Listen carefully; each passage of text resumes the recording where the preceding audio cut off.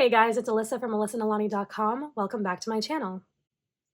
Today's video is a part 2 or a follow-up to the video that I did on my Interleaved Journaling Bible. In that video, I just walked through the setup of my Bible and how I'm using it. And so if that's something you're interested in, I highly recommend watching that one first because there'll be some context that will be helpful for this video. I'm not going to go into details of what you're going to see in here. So if you're interested, then watch that video first. At the end of the walkthrough, I mentioned that there was one more, well, at least for now, there was one more note-taking process that I wanted to add to the pages of my Interleaved. And that process was going to require another set of tools, which is what I have here. And I'm really excited for this because I was thinking this is new, but it really isn't new. This is just a further, more fuller iteration of what I've been trying to do for years, literally. I'll talk about that here in a minute.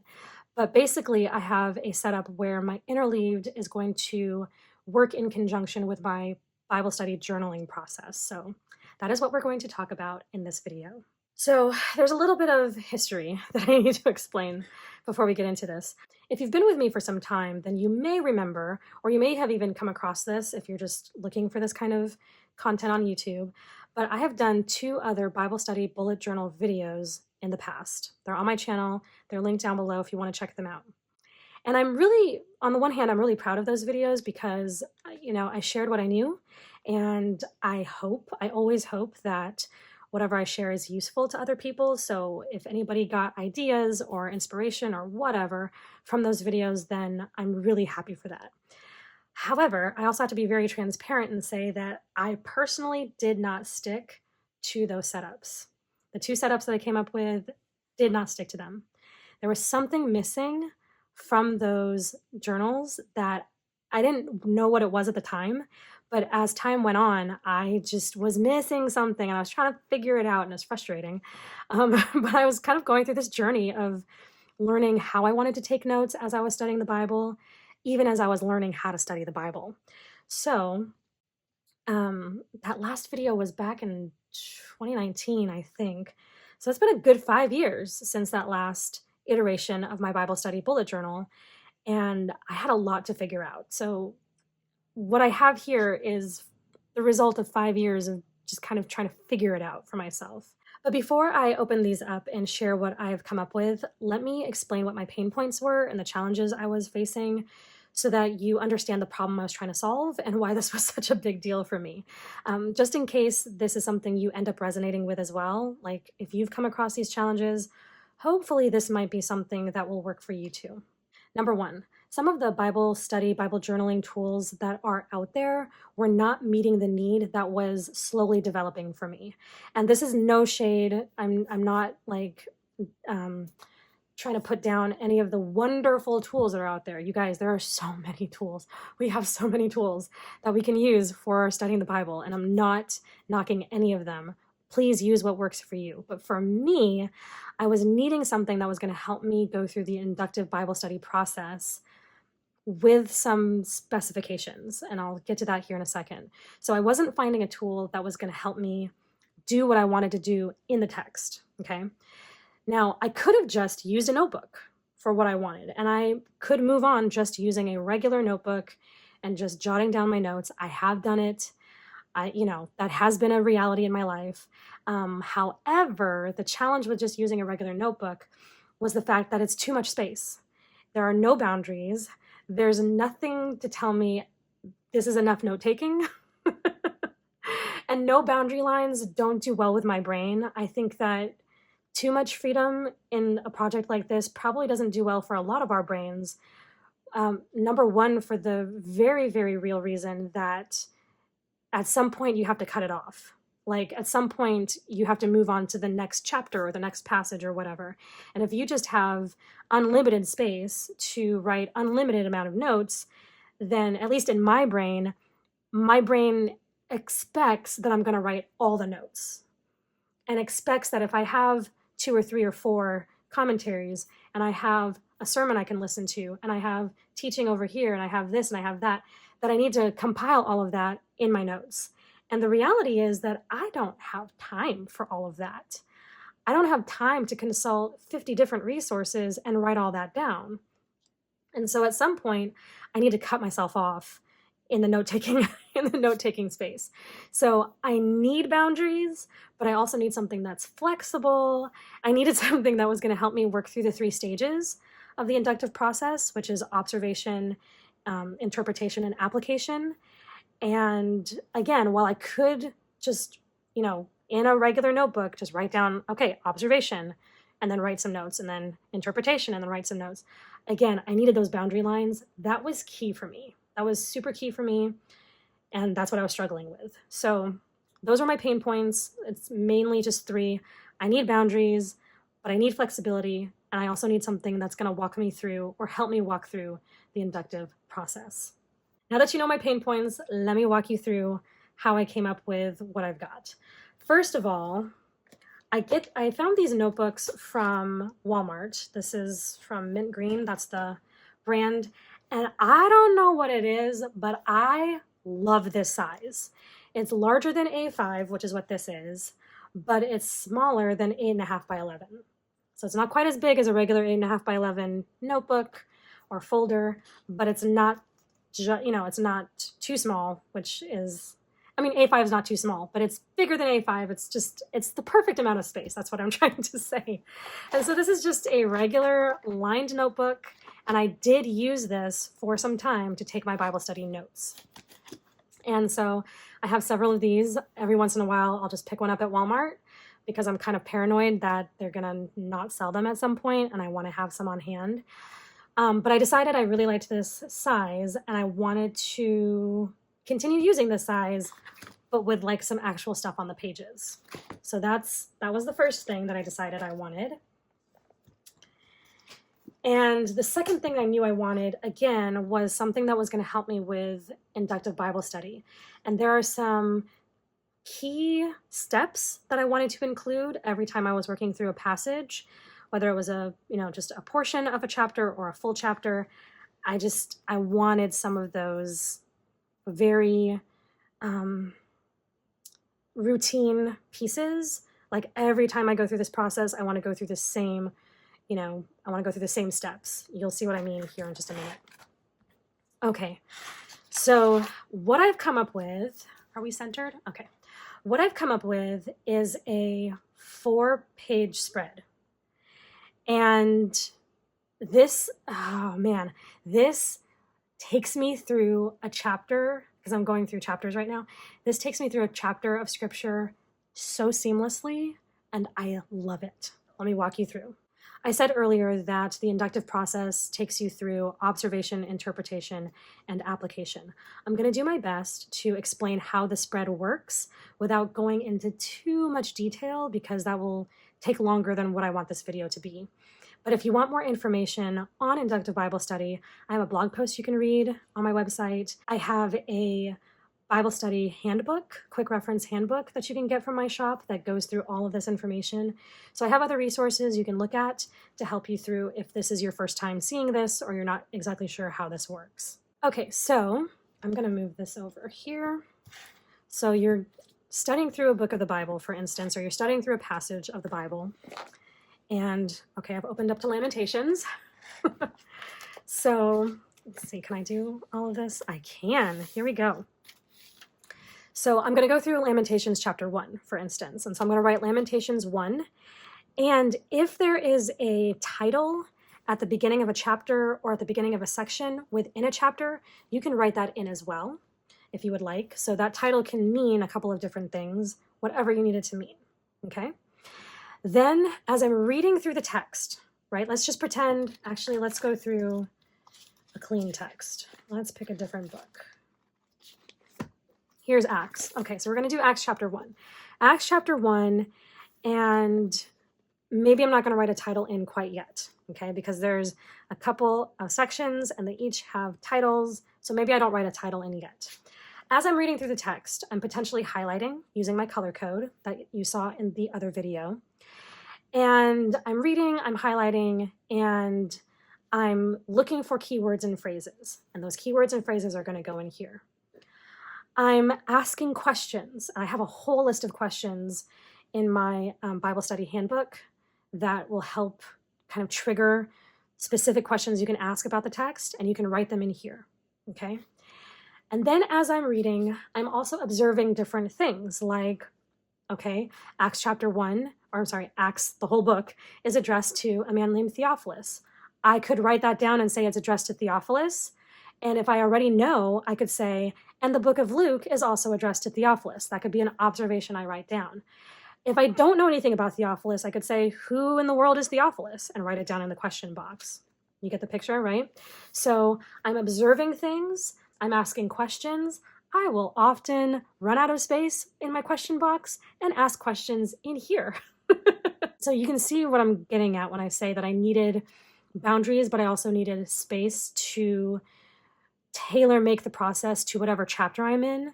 So I needed freedom, but also boundaries. And so you can use this whole side of the spread. You can use it in any way that makes sense. But the key is that you're doing observation work. Okay, you're asking questions, you're noticing things, you are taking note of things that either don't make sense or that maybe you know that it relates to something else, like Luke and Acts are both addressed to the same person by the author Luke, you know? So you can write all of that stuff down. These are just observations. You're asking questions. You're not coming to any conclusions. I'm not writing any commentary on this space, potentially. You could, but I'm not. I'm not specifically writing commentary here. I'm just getting the feel for what's happening in the chapter or the passage, okay? Then you move over to the interpretation. I think I made my point here. I'll leave it open. It's just I'm running out of space. Okay. I think we can do this. There we go. You know, when I actually look into the camera and see what you guys can see, I notice that I have more space than I think. All right, now that I've done the observation step, I move into interpretation, okay? Interpretation means now I'm gonna start using cross-references. I'm gonna start looking at commentary. I'm gonna start looking up words that I don't know. I'm going to maybe look into the characters that are in the story. I'm going to look at oh man, it could be so many things. I'm gonna look at figuring out the explanation of the prophecy if I'm in the prophets. I'm gonna start looking at, you know, how does this poetry function if I'm in the wisdom or the poetry books? I'm going to start figuring out what I don't know. This is the interpretation process, right? And as I'm doing that work, I'm probably going to come across the verse or verses that are key or central to that chapter. All right. And that's probably going to come from noticing what was repeated often, or the theme or the concept that was central to that chapter. If that concept was not there, then the rest of the chapter sort of falls apart. That potentially might be my key verse or verses. Now, you'll notice that when I show you what I've actually filled in, that you can relabel these to be whatever you want. Okay, this is the information that's fairly pertinent to the observation process, not the observation, the inductive process, but you can move things around if you need to. And I'll show you that here in a bit. Now, evaluation is simply the process of taking a look at what you understand so far from the text and determining whether or not what you've read is eternally applicable, meaning it applies to us in the exact same way as modern believers, or do you have to take what was pertinent or what applied to them then and figure out how it in principle applies to us. Some things don't apply straight across the board from back then to now. And so that's what the evaluation process is for. And then the recognize box is for recognizing God's character in the text. So what did I observe about God in this particular portion of scripture? Did I notice his holiness, his love, his authority, his omniscience, his grace, his kindness? What was I seeing in the text about God? You write that down here. Then you take all of that information and this is the second part of the application. So I did not explain this. So this is all observation. This is interpretation. So you're just going to write down what you find from your extra biblical sources or biblical sources if you're doing cross references. The key verses is for the interpretation step. Evaluation and recognize and personalize are all part of the application step, okay? Personalize is where you figure out how it applies to you personally. We do not jump to this right away. This is at the end of all of this other work, okay? You evaluate, you recognize, then you personalize. If you skip all of this, then you potentially might misapply. And so you have a series of questions to ask yourself about what you learned in the text and how you can apply it to yourself, okay? And then I just added an extra notes page, which I always need. So far, I've always needed it. And so this could be just more interpretation notes. You could write down quotes from commentary. You could do all kinds of things. You can write lists or draw a picture, outline, whatever. Whatever you need to do, that's what the notes page is for. And then when you turn the page again, you get your next 2-page spread. And that's it. That's it. And this, you guys, has been game-changing for me. Let me show you what this looks like, okay? Oh, you have a table of contents, which works basically like an index. So you can write down what you've studied. I've only done 2 chapters so far, but you can write down what you've studied and then the pages that those notes are on. I have a little things to remember in any Bible study, and then I have a little title page, and then here's my first spread. So I was in the book of Mark. I was in chapter 4. Looking back, it might have been helpful for me to divide the chapter into 2 parts and do like a first half on one spread and then a second half on a second spread. But I was able to fit in, for the most part, I was able to fit in 1 chapter on 1 spread. It just depends on how much you want to take notes or how many notes you want to take. You know what I'm trying to say. The extent of your note taking. But while you can separate a chapter into multiple entries, having the constraints of trying to fit 1 chapter on 1 spread might actually be helpful, because now you're going to start looking for the most important information, right? So you're not going to write down every single thing. You're going to write down the most pertinent things that are going to be helpful to you. I'm not going to walk you through all of this, but basically I did ask questions here, but I also asked questions in my observation space. I just chose 2 random colors, purple and blue, and the questions are in purple, and any random highlights are in blue. And so you can see that coming out. And so I do have some questions here. I've got some questions there. And my interpretation notes, some of them came from a study Bible. I was using the NIV study Bible that I have. And so some of my interpretation notes came directly from that study Bible. I quoted another commentary that I have up here. And then what I ended up doing was instead of writing my key verse here, so if you remember, the key verse or verses go up here in this box, instead of writing that there, I realized that my key words were already my key verse. And so I just have this whole other color just highlighting the fact that this is my key verse. What I thought was just a key word ended up being my key verse. And then I relabeled this box as cross-references. So you can do stuff like that, right? And that's how that turned out. My evaluation process it wasn't specifically, here's the principle that matters in a modern context based on an ancient context. I just wrote down general application that I was noticing, general notes about sort of what to conclude about the text I was reading. So I don't even follow, what I'm trying to say is that even though I've set this up to evaluate whether or not something is directly applicable or whether or not we just have to apply the principle, that's how I've set this up.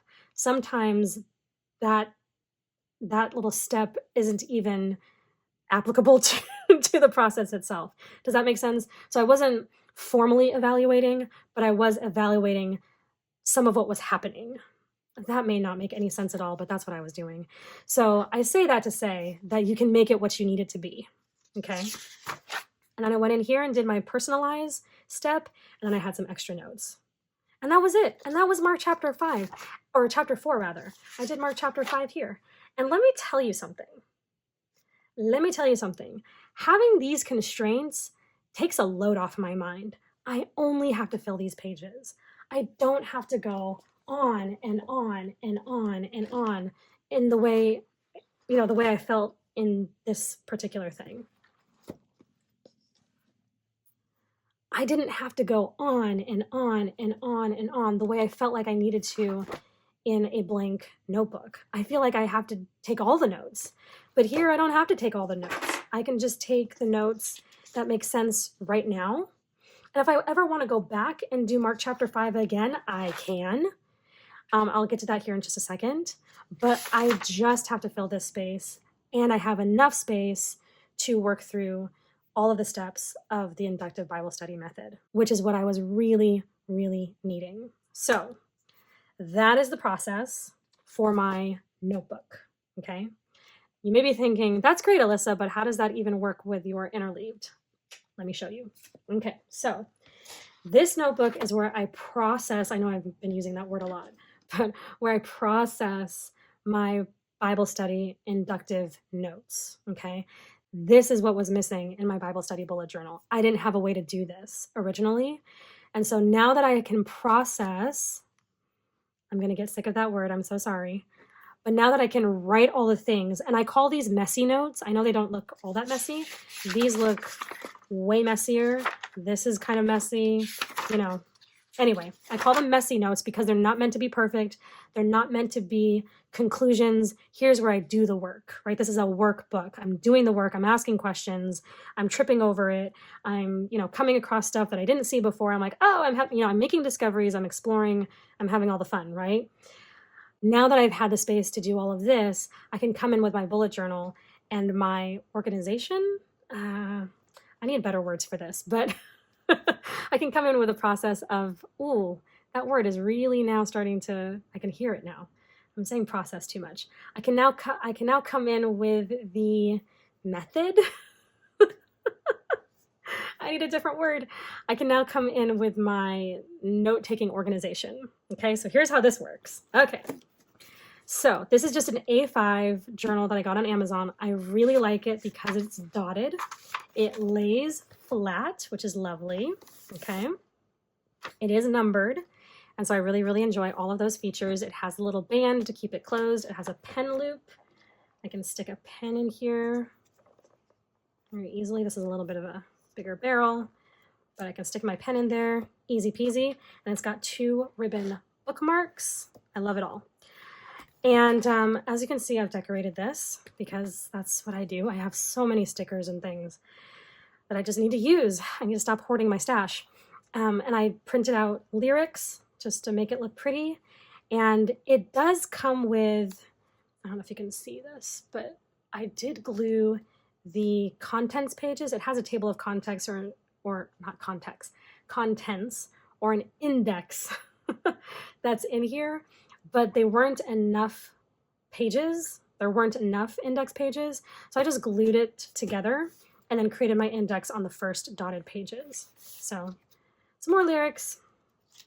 And so I just created my index, and I think it's like 10 pages is what I ended up with.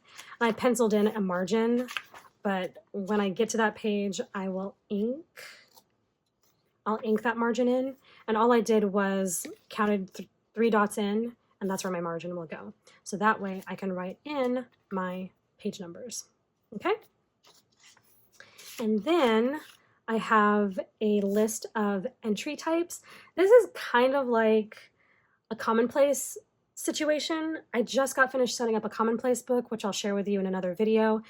And since I was just coming off the heels of that setup, I kind of borrowed some technique from that particular project. And so in my commonplace book, I have different kinds of notes that I want to take in that book, and I decided to sort of create the same thing. So in my Bible study journal, I really don't want to call it a bullet journal because it's not, and I don't want to take away from I don't want to take away from what a bullet journal actually is. But in this journal, I'm going to be writing notes or pasting in even things like articles. I'm going to create boards like basically like this. I call this a board, but I might have a board that, like, I don't know, might be an exploration of a character or an exploration of a theme. So maybe I wanted to do a theme on God's faithfulness or like Hesed. I could do like a board on Hesed where I like clip out, I print off like different passages where Hesed is a key factor. I might add in art. I might draw. I'm not a great artist, so this is why I print off pictures. I might add stickers. So that's the kind of thing that I might do in a board. I can write down notes, just commentary, just straight up quotes from different commentary. Databases, I originally called it a spreadsheet, but if I wanted to write down like a chart of some kind, so you know how like Bible dictionaries or Bible reference materials will have like charts, like like the miracles of Jesus in the 4 Gospels, right? I might want to do like a chart like that. And instead of calling it a spreadsheet, I wanted to call it a database because it could be like a table or it could be a diagram of some kind, that kind of thing. So I called it a database. Hot takes, this this is just for me. Like, it's a hot take for me. Like, this may not be mind-blowing or important to anyone else, but I may have a thought and go, I never thought about, I don't know, justification like that. Let me jot that down. That's my little hot take for myself. I had a moment of clarity, so that's what a hot take is. And then lists, that is what it is. That's self-explanatory. Outlines, if I wanted to do an outline of a book, and then I can do like chapter 1, this is what's happening in verses 1 through 5 or whatever. So I could outline a book, or I could outline a story even. So if I wanted to outline the storyline of the book of Ruth, not just like the chapters, but like what happens in succession. Or if I want to outline Israel's history from Abraham's covenant in chapter 15 of Genesis, all the way through when they get to the promised land in Joshua, I could outline that whole thing. That would actually be pretty cool. That would be pretty cool. Okay, so that's what an outline would be. Reflections are my notes on what I've learned. So if I've done all of this, then I would reflect in here. So I've learned a bunch of stuff. I've learned about myself. I've taken a bunch of notes. I want to really sit down and think and maybe even pray through, what did I learn? What does this mean? How do I feel about it? All that kind of thing. So that's reflections. Resources, that could mean several different things. If I am at a conference or something and there's a bunch of resources recommended to, the audience, I could jot those things down. Or if I'm listening to a podcast and they recommend some books or some other podcasts or whatever, I could write those things down. That would be that. Scripture writing, that is what it sounds like. And then quick notes are if I'm taking a class or if I'm listening to a podcast or I'm reading a book or whatever, I just need to quickly notate what I'm learning from that piece of content, then that would be a quick note. And when I say quick, I don't mean like it takes me a few minutes, because if I'm watching a video, maybe like a sermon or something, then that might not be quick. It might be like an hour long. But I say quick because I'm not going through like a whole inductive process, right? I'm just quickly jotting down what I'm immediately capturing from whatever I'm listening to or watching. Okay, so those are my 11 entry types. And then from there, I just added in the Old Testament and New Testament overview from Bible Project, sized it down, cut it out, pasted it in. It's not fancy. It's just my little overview. And then here are the books of the Bible in a checkoff chart. So here's the Old Testament. And as I fill up this book with study notes, I want to check off which chapters of the Bible are included in my journal. And every time I do a journal, I can just print off a new one. This is free on my website if you're interested. There's the Old Testament and the New Testament. And I just, again, sized it down and printed it off. It's not fancy. I literally just like washi tape, done. So there's that. Then I have a page that is set up for me to write down my favorite resources. So I might write down something like Bible Project, or Blue Letter Bible is a website I often use online when I'm studying. So different things that I really enjoy using, I can just write them down here for reference. Okay, now we finally get to the first entry. Again, if you watched my old Bible study bullet journal videos, you may recognize this. I am using Jonathan Edwards' Miscellanies system, loosely, but I'm using it. So basically, Jonathan Edwards, American theologian, he's actually who made the first Interleaved Bible. So the Interleaved Bible that you can get either from Crossway in the ESV or Thomas Nelson in the NKJV, that was inspired by Jonathan Edwards' work. And so he created a Bible where he had blank pages, and he created his own note-taking system. And this is what I'm riffing off of.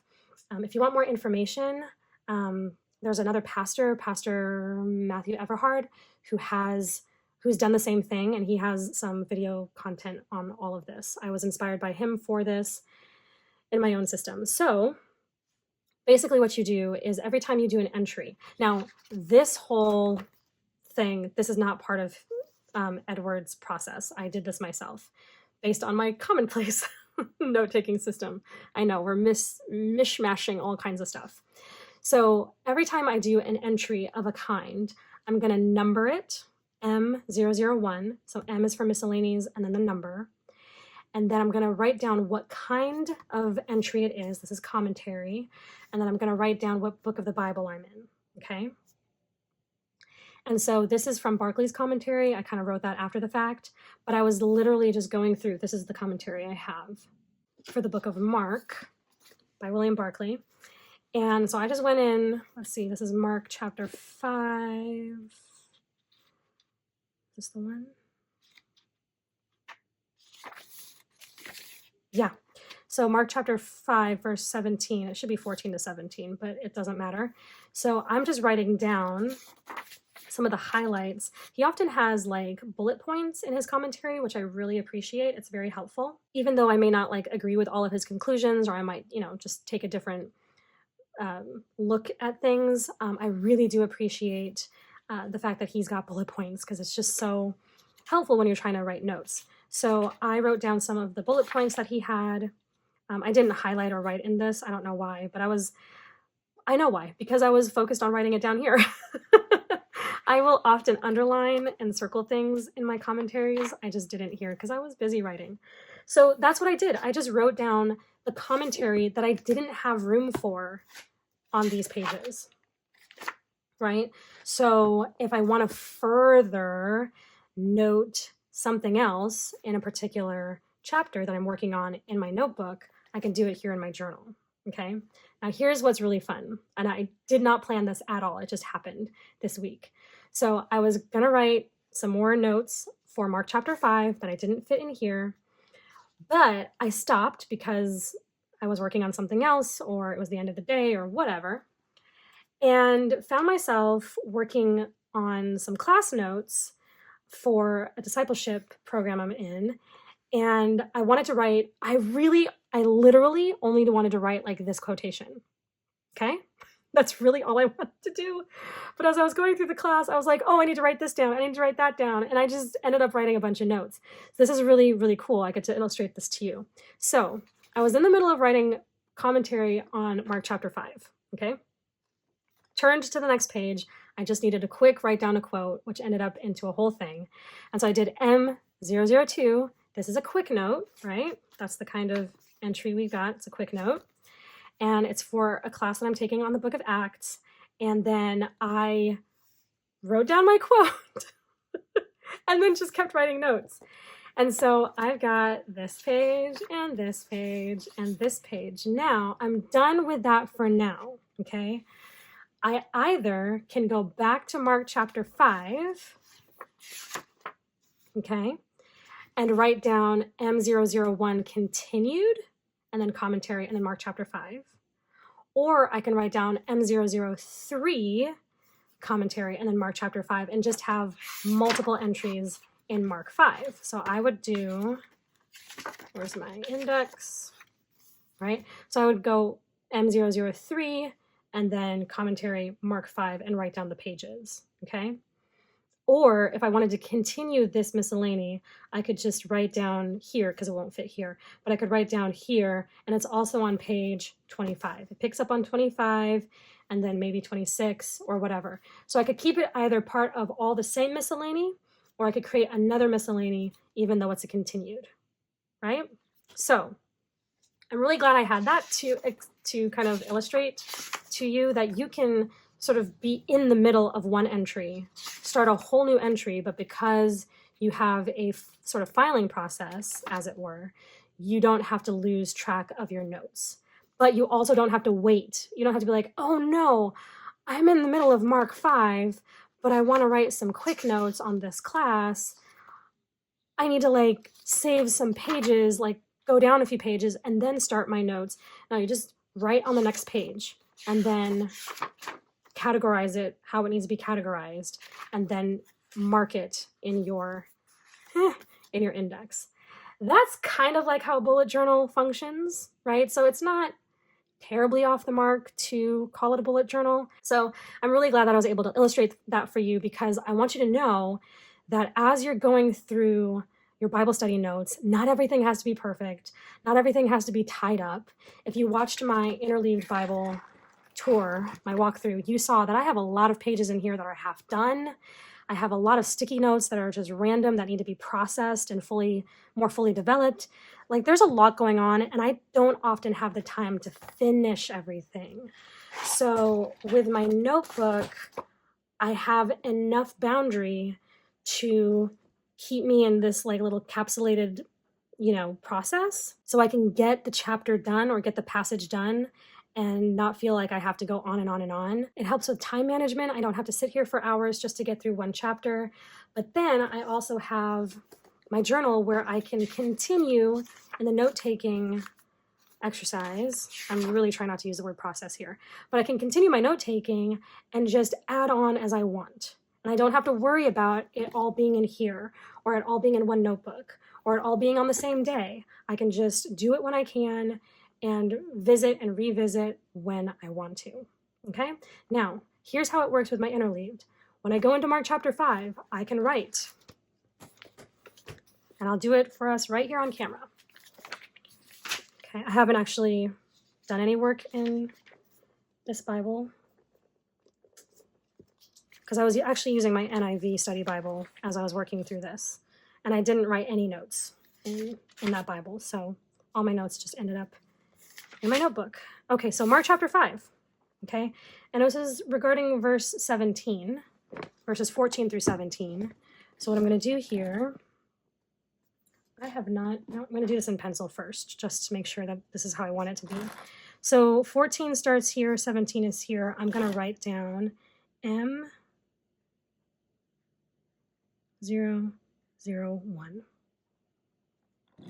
There we go. So this is cataloged with this, okay? And then if I ever want to go back to my notes, I know that I guess I need to figure out, I guess I could just write that down here. So maybe in the top left corner, I could write M110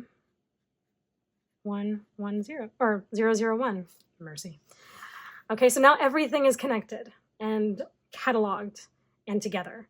So if I ever want to reference any one of these pieces, my Bible or either of my notebooks here, I can do that, and I know that everything has been accounted for, as it were. So that's how the process works. This is how I'm taking notes and studying. It has been such a game changer. I can't tell you enough how good it feels to have a process that actually now I'm excited. Like I am encouraged to now come and take notes. Before I kind of dreaded it because I was like, I don't really know what I'm doing.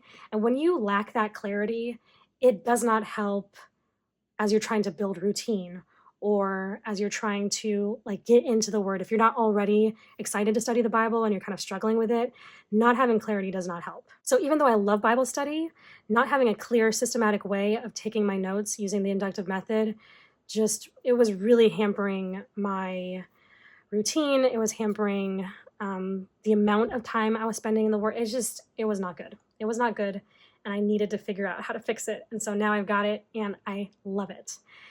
So if you have any questions about this, if you have any suggestions, please feel free to share them with me. The printable for this notebook, oh, I didn't give you specifics here. So this journal you can find in several colors on Amazon. I love it. It's really nice. Great quality. This situation is not something that you can find like this on my shop, but you can find the printable for it in my shop. So you can find all of the pages and you can print them in whatever order you want. I just printed them back to back over and over and over and over again. The one thing I will say is that make sure if you want your spreads to be 2-page spreads where you have the title on this side and the date on this side, observation on this side, interpretation on this side, and then personalize on this side and notes on this side. If that matters to you, then you have to make sure that your first spread starts on this side, okay? So when I printed mine out, I purposely created like this little notes title page to be the front of the page so that when you flip it over, the title side, the observation side falls on this side of the spread. Otherwise, the observation title page will end up on this side of the paper, and then the interpretation will be the back half of the paper. Ask me how I know. I messed it up a couple of times before I got it right. So just be cognizant of how you're printing things so that it ends up falling where you want it to. Now, there's no wrong way to do this. If you want the observation page to be first and then you flip it for the interpretation, that's totally fine. And then you would, on this side, have the personalize, and you would flip it again to have the notes. You can do it any way you want. It does not matter. But all of the pages are available for you to print out and then assemble how you want. And let's see, the other thing, there was something else. Oh, yes, I have 2 different sizes for it. So I have this size, which is based on the size of the notebook that I really liked. I don't think it's exact, but it's around 7-ish by 9-ish. That's kind of what it comes out to.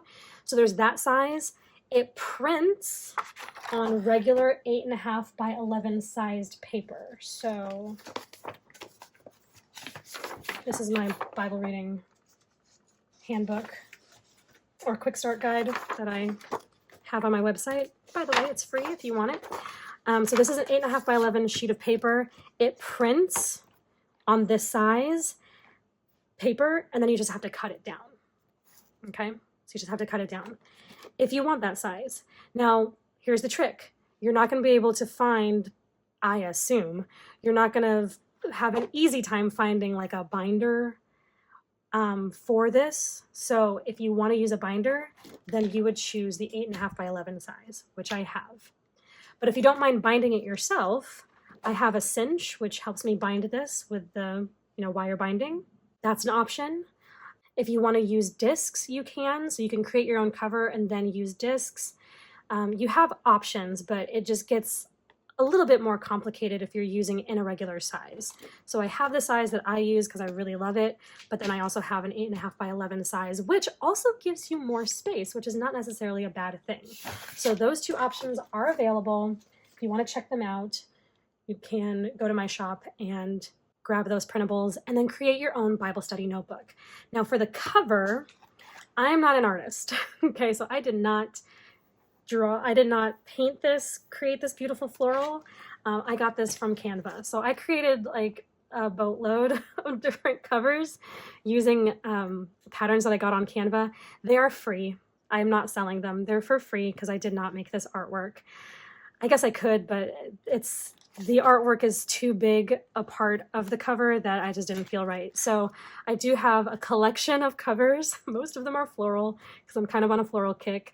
And it just says the Bible Study Notebook and then the shop name. So those are available on my site if you want. And have fun with it. Create whatever cover you want.